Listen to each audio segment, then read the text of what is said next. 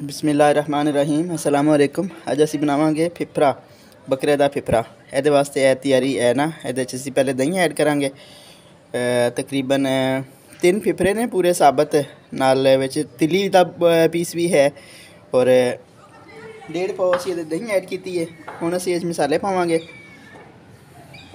1 चम्मच भर के सुरख मिर्च दी चली गई, ये मैगनेट करके रखना है। आधी चम्मच नमक दी है और आधी तो थोड़ी कम है, मतलब पौनी चम्मच नमक दी चली गई और आधी चम्मच ये हल्दी दी चली गई। आधी चम्मच तो थोड़ी कम है, काली मिर्च चली गई। हुण असीं इहनूं मैगनेट करके रख देंगे। जिन्ने देर तक यह होएगा रेडी, उन्नी देर तक असीं इहदा मसाला तैयार कर लांगे। ये जिहड़ियां औरतां बच्चे जिन्हां दे है ना मदर फीड दे ने, उन्हां वास्ते ये बहुत बेहतर है। मतलब एक नुस्खा है, जिस तरह एक मेडिसन के तौर पर इस्तेमाल किया जा सकता है और खुराक दी खुराक और मेडिसन भी।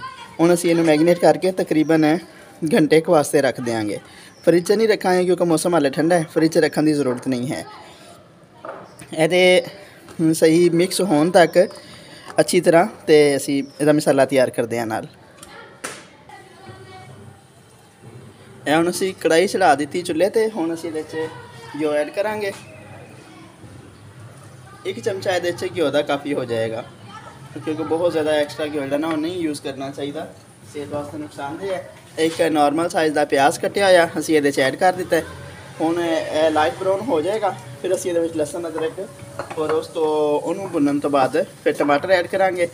नाल नाल जिहड़ा वो तुहानूं गाइड भी करी जावांगे। पहले सीखण वाले वास्ते तो कोई मसला नहीं है। जिहड़े बच्चे नवें हुंदे ने, जिन्हां दियां मतलब पढ़ के बच्चियां वेलियां हुंदियां, नाल ही शादियां हो जांदियां, उन्हां नूं सीखण दी जरूरत पैंदी है। तो इस वास्ते ना टोटली नाल नाल जिहड़ा है वो गाइड करी जा रहे हैं।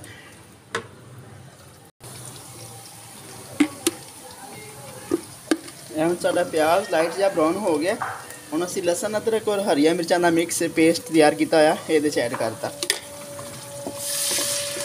इनू 2 तो 3 मिनट भुनांगे, उस बाद असीं टमाटर ऐड करांगे। लहसुन अदरक भुनिया गया। हुण असीं इहदे विच 2 टमाटर जिहड़े ना वो कट के ऐड करते हैं।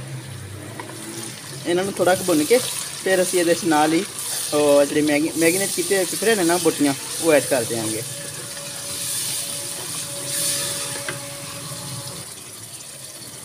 हम साडा मसाला जो ना काफ़ी हद तक रेडी हो गया। हुण असीं इहदे विच फिफरा मैगनेट करके रखा है, असीं ऐड करता। बिस्मिल्लाहिर्रहमानिर्रहीम।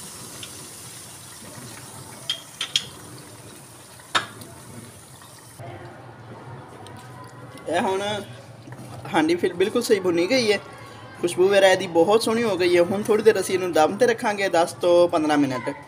ਉਹਦੇ ਨਾਲ ਜਿਹੜਾ ਕੋਈ ਗਲਣ ਦਾ ਮਾੜਾ ਜਿਹਾ ਹੈ ਨਾ ਕਸਰ, ਉਹ ਵੀ ਨਿਕਲ ਜਾਏਗੀ। ਪਾਣੀ ਨਹੀਂ ਇਹਦੇ 'ਚ ਐਡ ਕਰਨਾ ਪਏਗਾ, ਇਸੇ ਦਹੀਂ ਦੇ ਪਾਣੀ ਦੇ ਵਿੱਚ ਨਾ ਇਹ ਬਹੁਤ ਸੋਹਣੀ ਹੋ ਜਾਏਗੀ। ਬਿਸਮਿਲ੍ਲਾਹ।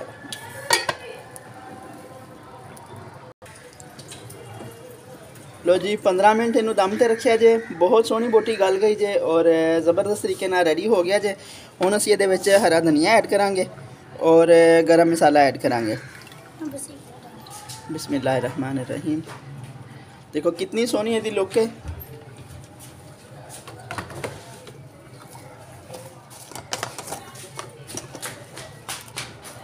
गरम मसाला घर का पिसिया होया ये ऐड हो गया।